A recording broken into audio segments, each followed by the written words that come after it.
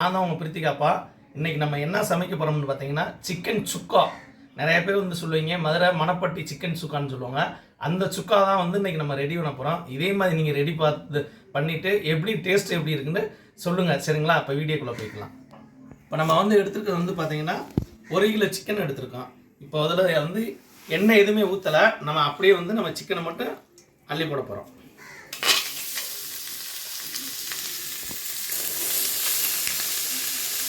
இது எதுக்காண்டே வந்து இப்படி வந்து நம்ம வந்து வெறும் சட்டியில் வந்து சிக்கனை போடுறோம்னு சொல்கிறேன். மஞ்சப்பொடி போட்டு நல்லா அலசி வச்சுருக்கோம்.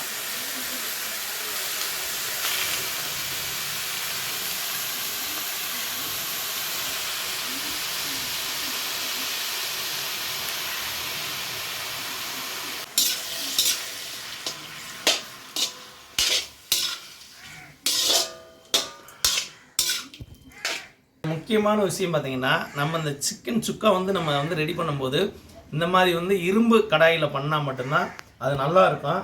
மற்றதில் பண்ணால் அந்த அளவுக்கு இருக்காது.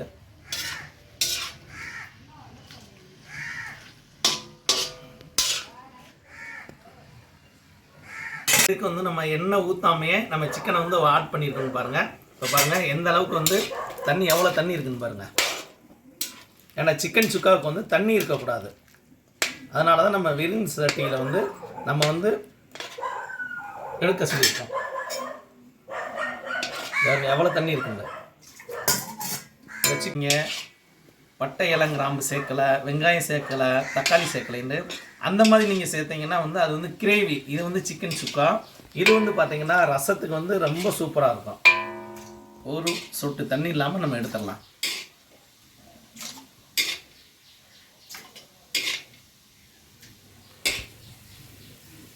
நீங்கள் வேறு சட்டியில் வச்சிங்கன்னா இந்த தண்ணி வந்து கக்காது. சிக்கனில் இருக்க தண்ணி வெளியில் வராது. இரும்பு சட்டியில் மட்டும் வச்சா மட்டும்தான் இந்த தண்ணி வரும். நம்ம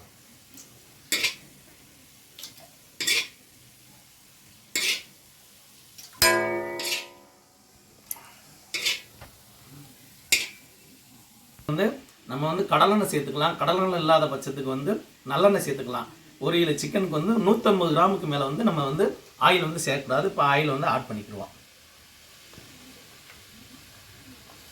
நம்ம எப்பயும் சமைக்கிறனால நம்மளுக்கு வந்து அளவு தெரியும். நீங்கள் இது பண்ணும்போது வந்து ஒரு 150 கிராம் எடுத்துக்கோங்க ஆயில். அதிகமாக வந்து என்ன சேர்த்தாலும் வந்து ரஃபாயிரும் வரவரன்னு இருக்கும். சிக்கனு ரொம்ப ஹார்டாக இருக்கும்.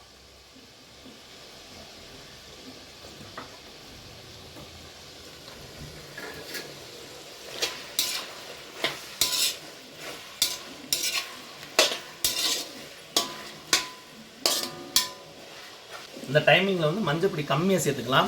மஞ்சப்பொடி அதிகமாக சேர்த்தாலும் வேறு மாதிரி வந்து இருக்கும். ஏற்கனவே வந்து நம்ம மஞ்சப்பொடி வந்து போட்டு தான் வந்து நம்ம வந்து கறியை வந்து வாஷ் பண்ணி வச்சுருக்கோம். லைட்டாக போட்டுக்கலாம். நான் ஆல்ரெடி வந்து நம்ம மஞ்சப்பொடி போட்டு இதில் வந்து நம்ம அலசி வச்சுருக்கனால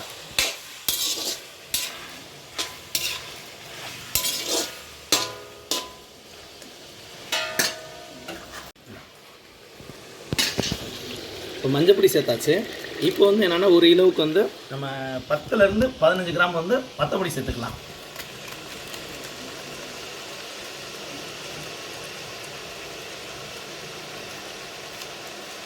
வத்தப்பொடி சேர்த்தாச்சு. இந்த வத்தப்பொடி கூடயே வந்து நம்ம வந்து ஒரு 3 வரமிளகா சேர்த்துருக்கோம். ஏன்னா வரமிளகாவும் இந்த வத்தப்பொடி வந்து இந்த டைமிங்கில் போட்டால் தான் அந்த நம்ம கலர் கிடைக்கும்.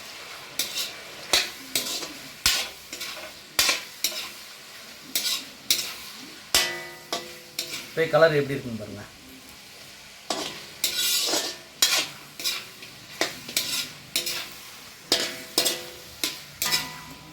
தேவையான அளவு உப்பு சேர்த்துக்கலாம். வத்தப்பொடி சேர்த்தோடனே வந்து நம்ம வந்து உப்பு ஆட் பண்ணிக்குவோம்.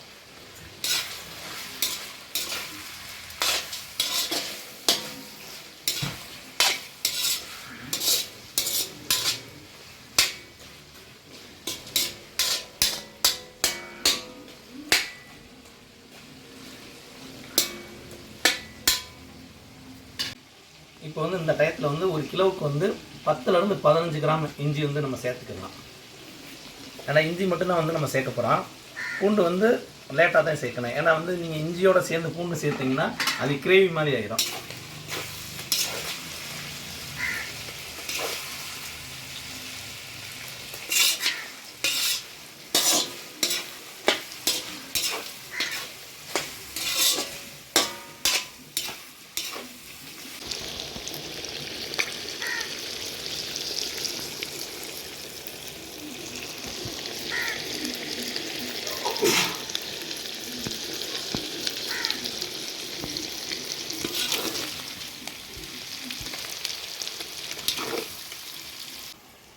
20 கிராம் பூண்டு வச்சுருக்கோம்.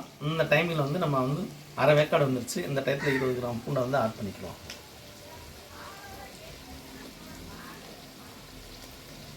இதில் என்னன்னு பார்த்தீங்கன்னா, இஞ்சியும் சரி பூண்டும் சரி மிக்சியில் அரைக்கக்கூடாது. நம்ம வந்து ஒன்றரை தான் அடித்து வைக்கணும். இடித்து வச்சு போட்டோம்னா நல்லாயிருக்கும். அந்த எண்ணெயில் பூண்டு போடும்போதே அந்த வந்து உங்களுக்கு வந்து ஒரு அந்த வாடை வந்து தனியாகவே தெரியும், நல்லா இருக்கும்.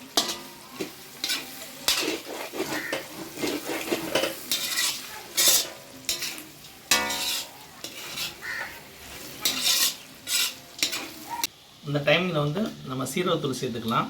சீரகத்தூள் சேர்த்தா தான் வந்து நம்ம வந்து மட்டன் சுக்கா மாதிரி இருக்கும், அந்த கலர் கிடைக்கும் நம்மளுக்கு.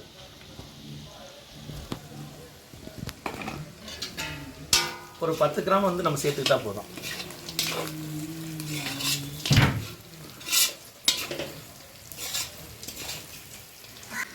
அந்த சீரகத்தூள் சேர்த்தா தான் நல்லாயிருக்கும். அந்த சீரகம் வாங்கி வந்து நீங்கள் வந்து சீரகம் வாங்கி தனியாக மிக்சியில் வந்து நீங்கள் வந்து அரைச்சிடுங்க.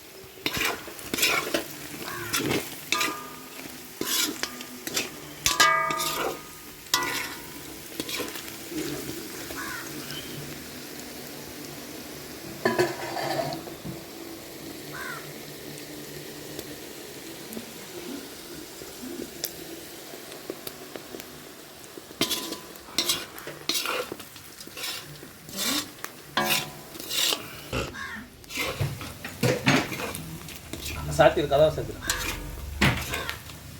சீரகப்பொடி சேர்த்தோன்னே பாருங்கள் கலர் எந்த அளவுக்கு வந்து நம்ம மாறி இருக்குது. இது வந்து அப்படியே வந்து நம்ம சீரகப்பொடி சேர்க்கும்போது சிக்கன் சுக்கா மாதிரி தெரியாது, இது மட்டன் சுக்கா மாதிரியே தெரியும். இந்த இது வந்து எதுக்காண்டி நம்ம பண்ணுறோம்னா, நம்ம ரசத்துக்கு வந்து வச்சு சாப்பிட்டோம்னா அவ்வளோ காம்பினேஷன் நல்லாயிருக்கும், சூப்பராக இருக்கும்.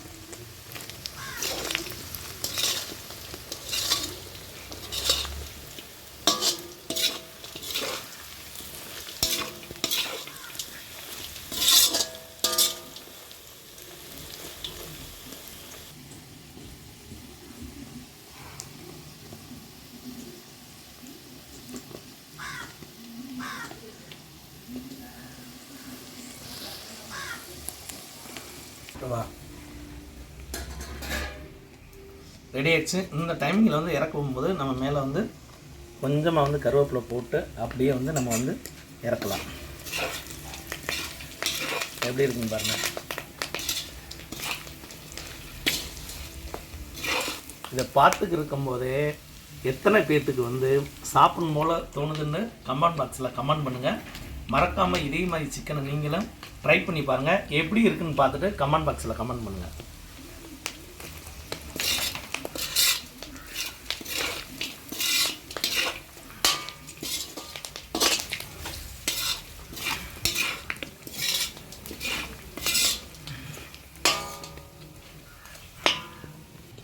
இப்போ வந்து சிக்கன் சுக்கா ரெடி ஆயிடுச்சு.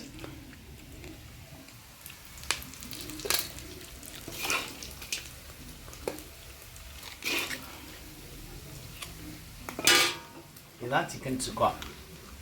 எவ்வளோ வந்து ட்ரையாக இருக்குன்னு பாருங்கள். நீங்கள் இதே மாதிரி சிக்கன் சுக்கா வந்து ட்ரை பண்ணி பார்த்துட்டு எப்படி வந்துச்சுன்னு கமெண்ட் பாக்ஸில் மறக்காமல் கமெண்ட் பண்ணுங்கள். மறக்காமல் பிரித்திகா அப்பா யூடியூப் சேனலை ஃபாலோ பண்ணுங்கள், ஷேர் பண்ணுங்கள், கமெண்ட் பண்ணுங்கள். அடுத்து வந்து நம்ம மட்டன் சுக்கா வீடியோ போடுவோம்.